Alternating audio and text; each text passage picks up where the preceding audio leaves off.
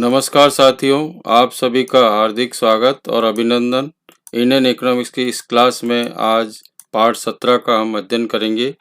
मैं सत्यनारायण टेलर आप सभी का स्वागत और अभिनंदन करता हूं। आइए चर्चा करते हैं इस पाठ 17 के। आज हम टैक्स के बारे में चर्चा कर रहे थे, उसको आगे बढ़ाते हुए सैन वैट टैक्स केंद्रीय स्तर पर केंद्रीय मूल्य वर्धित या सेंट्रल वैल्यू एडेड टैक्स तथा राज्य स्तर पर वेट वैल्यू एडेड टैक्स लगाया जाता है। भारत में केंद्रीय उत्पाद शुल्क की संरचना या व्यक्तिकरण के संबंधित है। भारत में वेट को केंद्र पर 1 मार्च 1986 को मॉडवेट या मॉडल वैल्यू एडेड टैक्स में अर्थात कुछ चुनिंदा वस्तुओं पर लागू करने के लिए कर दिया था। राज्य स्तर पर वेट लागू किए जाने की उद्घोषणा डॉक्टर मनमोहन सिंह ने मुख्यमंत्रियों का सम्मेलन जो 1995 में हुआ उसके दौरान की गई थी।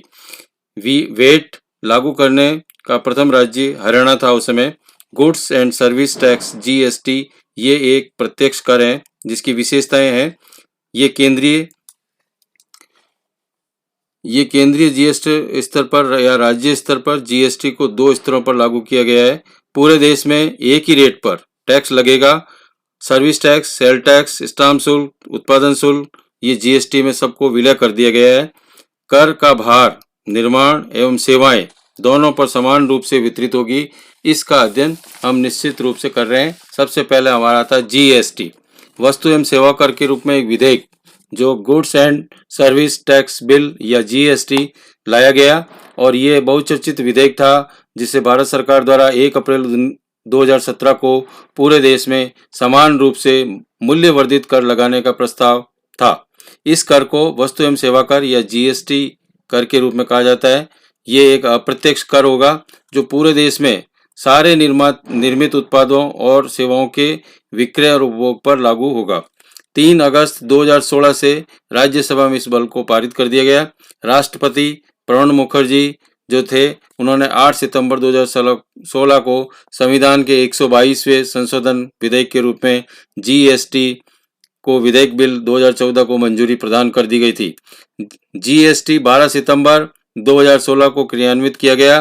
संपूर्ण भारत में वस्तुओं एवं सेवाओं पर लगाए जाने वाला कर का एकल राष्ट्रीय एक समान कर की व्यवस्था एक पद्धति के रूप में लागू होगी।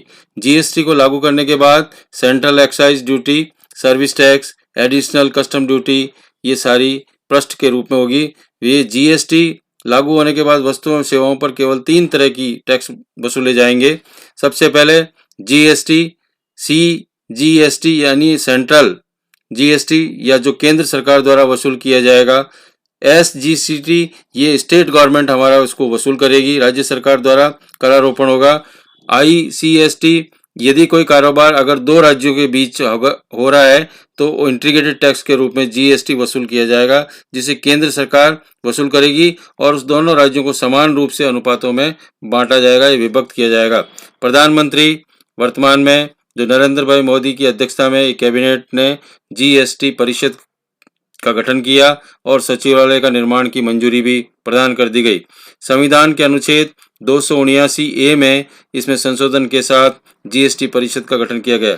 जीएसटी सचिवालय नई दिल्ली में स्थित है और उसी के अंतर्गत उस टैक्स के रूप में कार्य करता है जिसमें सबसे पहले पदेन सचिव के रूप में, फिर राज्य सचिव नियुक्त किया गया, फिर इसके लिए अध्यक्ष का पद आमंत्रित सदस्यों को शामिल किया गया और इसमें कमिश्नर के 4 पदों को सृजन किया गया। भारत सरकार और केंद्र राज्य सरकारों संयुक्त मंच बनाया गया जो जीएसटी या जीएसटी से प्रस्तावित लाभ जो है वो जीडीपी में वृद्धि और बेरोजगारों का सृजन होगा। जीएसटी व्यवस्था आने से भारत के एक बड़े और एकीकृत बाजार के रूप में तब्दील किया गया और जटिल करारोपण खत्म होने से विदेशी निवेशकों को आसानी होगी। 13वें केंद्रीय वित्त आयोग जो है वो बनाया गया था। उसमें जीएसटी से लेकर संकलन में हो रहे कई तरह की व्यर्थ के खर्चों को रोकने की सहायता मिलेगी जिससे राज्यों की आर्थिक हालात में सुधार हो सके। 14वां वित्त आयोग जो है उसके अनुसार जीएसटी से राज्यों का फायदा होगा और जहां कर का रिसाव या लीकेज हो रहा टैक्स का की वजह से कर संकलन प्रणाली में भ्रष्टाचार जो है चरम पर है, वो जीएसटी लागू होने से हर सौदा इस कर की व्यवस्था के अंतर्गत आ जाएगा, जिससे लोगों के लिए करों की चोरी कर पाना असंभव होगा या आसान नहीं होगा।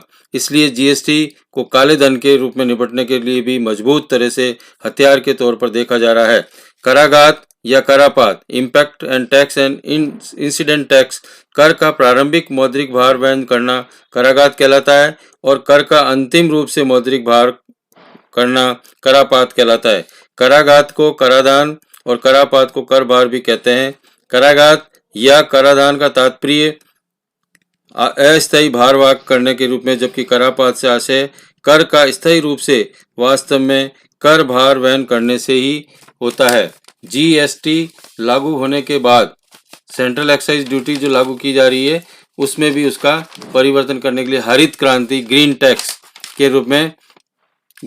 के रूप में पिगोवियन कर, ये जो है किसी भी व्यक्ति या संगठन द्वारा प्रदूषण फैलाए जाने के कारण जो होता है, वो उन पर एक विशेष कर का आरोपण किया गया है, जिसे हरित कर या ग्रीन टैक्स या पिगोवियन कर भी कहलाता है। टोबिन कर एक नोबेल पुरस्कार विजेता जो जेम्स टोबिन थे, उनके द्वारा प्रस्तावित एक कर, वैश्विक कर, जिसे विदेशी विनिमय सौदे पर लगाए जाने की बात कही गई है, अर्थात अंतर्देशीय वित्तीय लेन देन पर जो कर लगते हैं उसको टोबिन कर कहा जाता है। करारोपण के सिद्धांत, प्रिंसिपल टैक्सेशन के लिए सुप्रसिद्ध अर्थशास्त्री एडम स्मिथ ने अपनी पुस्तक वेल्थ ऑफ नेशन, जिसका अध्ययन पूर्व में भी आया है, करारोपण के निम्न 4 सिद्धांतों को प्रतिपादित किया है। समानता अथवा न्यायशीलता का सिद्धांत, निश्चितता का सिद्धांत, सुविधा का सिद्धांत, मितव्ययता का सिद्धांत। कराधान समता का आशय किसी समाज में कर देने से उस सीमा से है जिसमें अधिक से किसी भी सरकार को नहीं लगानी चाहिए। कराधान समता का माप का आधार संपत्ति, आय, व्यय आदि में होता है। वैदेशिक क्षेत्र में एक्सटर्नल सेक्टर के अंतर्गत एक खुली अर्थव्यवस्था होती है। जब देश में एक देश का आर्थिक व्यापारिक संबंध दूसरे देशों से होता है तो उनके बीच वस्तुओं, सेवाओं आदि का आदान प्रदान कर के रूप में किया जाता है। भारतीय कर प्रणाली की कर व्यवस्था के कर प्रकार के 2 प्रकार से बताए गए हैं। उसके अंतर्गत सबसे पहला प्रत्यक्ष कर, डायरेक्ट टैक्स, व्यक्ति अथवा कंपनियों पर लगाया जाने वाला कर जो उनकी आय या संपत्ति पर लगाया जाता है। केंद्र सरकार के प्रत्यक्ष कर, इसके अंतर्गत सेंट्रल गवर्नमेंट डायरेक्ट टैक्स होता है, आयकर, उपहार कर, संपत्ति कर, ब्याज कर, निगम कर, पूंजी लाभ कर, लाभांश कर, संपदा शुल्क या प्रतिभूति व्यय के कर के रूप में भी होता है, राज्य सरकार के द्वारा किया जाता है।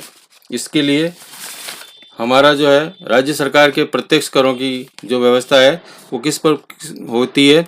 स्टेट गवर्नमेंट डायरेक्ट टैक्स वसूल करती है कृषि आयकर पर, भू राजस्व पर, व्यवसाय कर पर, पथ कर पर, गैर सहकारी अथवा संपत्तियों कर पर, रोजगारों पर कर लगाना। अप्रत्यक्ष और इनडायरेक्ट टैक्स की गणना जो वह कर होता है जिसे करापात या कराधान अलग अलग व्यक्तियों पर, संस्थानों पर पड़ता है। जैसे केंद्र सरकार के अप्रत्यक्ष कर कौन कौन से हैं? Central government in direct tax के रूप में सीमा शुल्क, सेवा कर, बिक्री कर, केंद्रीय उत्पाद शुल्क, व्यय कर और व्यापार कर। राज्य सरकार के लिए जो अप्रत्यक्ष कर होते हैं स्टेट गवर्नमेंट के इनडायरेक्ट टैक्स के रूप में, वह राज्य उत्पाद शुल्क, व्यय पर कर, वाहन पर कर, डीजल या पेट्रोल पर बिक्री कर, परिवहन कर, शिक्षा उपकर, वेट वैल्यू एडेड टैक्स, सट्टेबाजी पर, कच्चे जूट पर, स्टाम्प और पंजीयन शुल्क, विद्युत कर पर और मनोरंजन कर तथा प्रवेश और चुंगी करों के रूप में भी वसूला जाता है। भुगतान संतुलन जो है वो हमारे 4 भाग होते हैं भुगतान संतुलन के।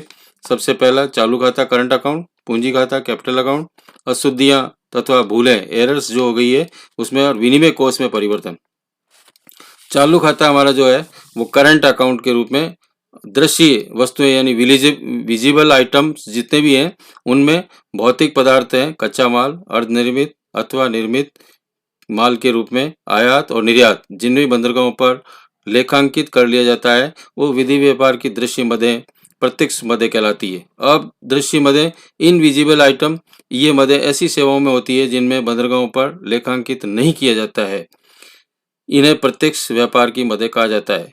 अदृश्य वस्तुओं निम्न प्रकार की सेवाएं सम्मिलित की जाती है। बैंकिंग, बीमा, जहाजरानी, हवाई जहाज आदि ये व्यापारिक कंपनियों की सेवाएं हैं।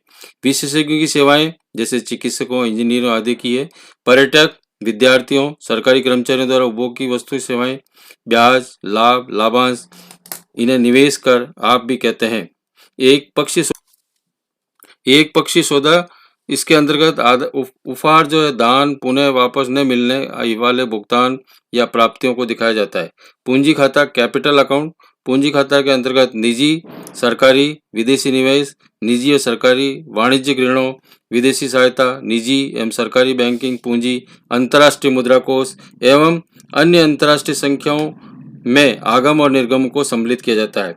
विदेशी विनिमय और नियंत्रण, फॉरेन एक्सचेंज के अंतर्गत कंट्रोल, विभिन्न देशों की मुद्राओं को आपस में परिवर्तनशील बनाना विदेशी विनिमय कहलाता है तथा एक दूसरे की एक्सचेंज मुद्रा की जाती है, उसको विनिमयशील मुद्रा होती है। ये इसकी दर यानी विनिमय दर का निर्धारण एक जटिल प्रक्रिया है जो विभिन्न बैंकों को या विभिन्न देशों के आधार पर निर्धारित की जाती है।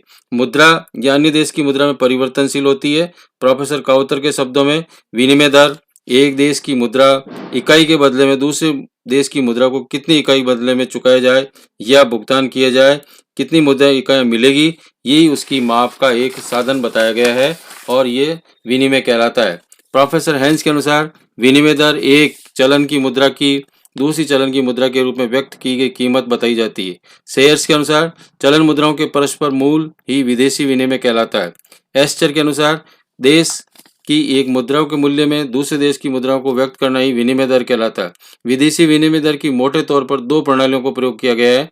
स्थिर विनिमय दर प्रणाली, फिक्स एक्सचेंज रेट सिस्टम, जो स्थिर विनिमय दर प्रणाली से अनुकरण करने वाले देश अपनी मुद्रा और मूल्य स्थिर तथा बाईदार पेजेज रेट को कायम रखने का समझौता करते हैं, जिसे सभी परिवर्तन करता है जब आर्थिक परिस्थितियां बाह्य कर देती है। स्वर्णमान के अंतर्गत विद्रोह का मूल्य, जिसमें सोने के ऊपर एक स्थिर दर पर निश्चित की जाती है। 1971 के पूर्व ब्रिटेन वुड्स प्रणाली में अंतर्राष्ट्रीय मुद्रा कोष का प्रत्येक सदस्य अपनी मुद्रा का मूल्य सोने या यूएसए डॉलर के रूप में व्यक्त करता था। परिवर्तनशील विनिमय दर प्रणाली, फिक्स एक्सचेंज रेट सिस्टम, लोचदार फ्लोटिंग, तैरती या तीरती अथवा घटती बढ़ती है तो विनिमय दरों को बाजार की शक्तियां निर्धारित कर देती है। अवमूल्यन, डिवैल्यूएशन जो होता है वो देश की मुद्रा के बाह्य मूल्यों में कभी भी होना ही मुद्रा का अवमूल्यन कहलाता है।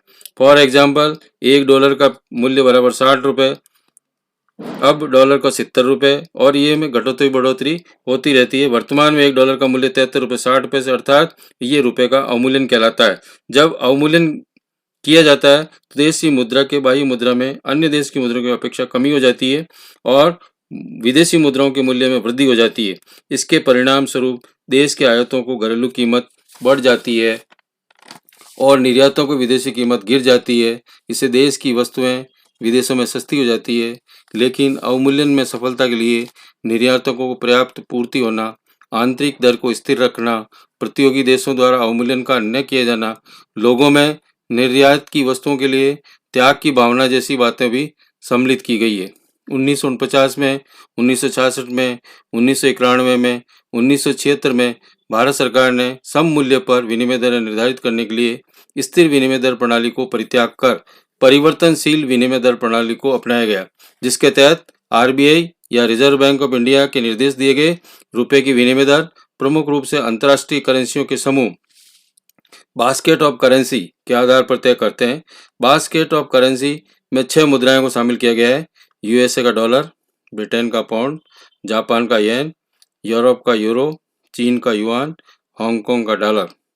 अधिमूल्यन, ओवर वैल्यूएशन, अधिमूल्यन और अवमूल्यन की विपरीत स्थिति बताई गई है।